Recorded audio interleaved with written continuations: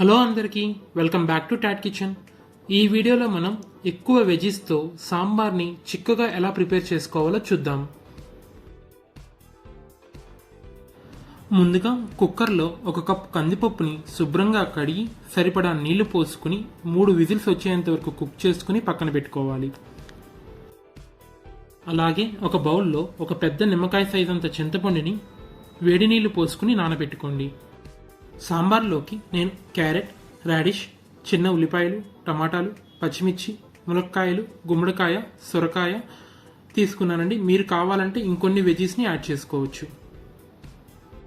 Sambar preparation కోసం stove మీద ఒక గిన్నె పెట్టుకుని అందులో 4 టేబుల్ స్పూన్ల ఆయిల్, 1.5 టేబుల్ స్పూన్ గీ వేసి ఆయిల్ కాస్త హీట్ అయ్యాక అందులో 1 టీ స్పూన్ ఆవాలు, 1 టీ స్పూన్ జీలకర్ర, 1/2 టీ స్పూన్ మెంతులు వేసి జీలకర్ర చిటపట్లాడుతున్నప్పుడు ఒక వెల్లుల్లిపాయ రెబ్బను ఒకసారి దంచి అందులో వేసి 10 సెకండ్ల తర్వాత 4 ఎండుమిర్చి, కాస్త కరివేపాకు కూడా వేసి ఫ్రై చేసుకోండి.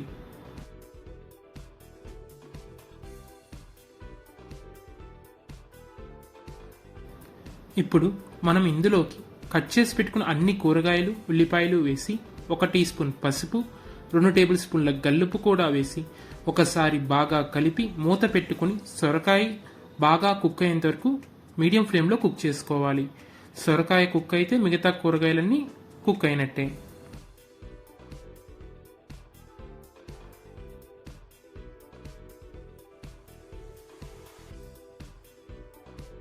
సొరకాయ బాగా మెత్తగా కుక్ అయ్యాక ఇప్పుడు ఇందులోకి 2 టేబుల్ స్పూన్ల కారం, 2 టేబుల్ స్పూన్ల సాంబార్ పొడి వేసి ఒకసారి కలిపి అలాగే మనం ముందుగా ప్రిపేర్ చేసుకున్న పప్పు, చింతపండు రసం, కాస్త గోరువెచ్చని నీళ్లు కూడా పోసి బాగా కలిపి మూత పెట్టి మరో 10 నిమిషాలు మీడియం ఫ్లేమ్లో కుక్ చేసుకోవాలి.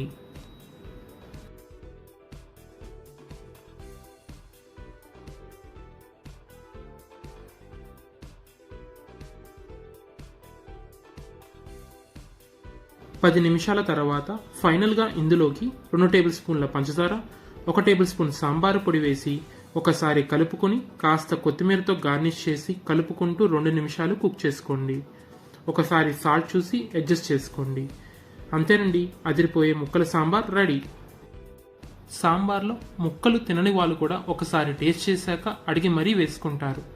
ఈ సాంబార్ రైస్లోకే కాదు, టిఫిన్స్లో కూడా ఆ స్వీట్నెస్, ట్యాంగీనెస్ టేస్ట్తో చిక్కగా చాలా బాగుంటుంది.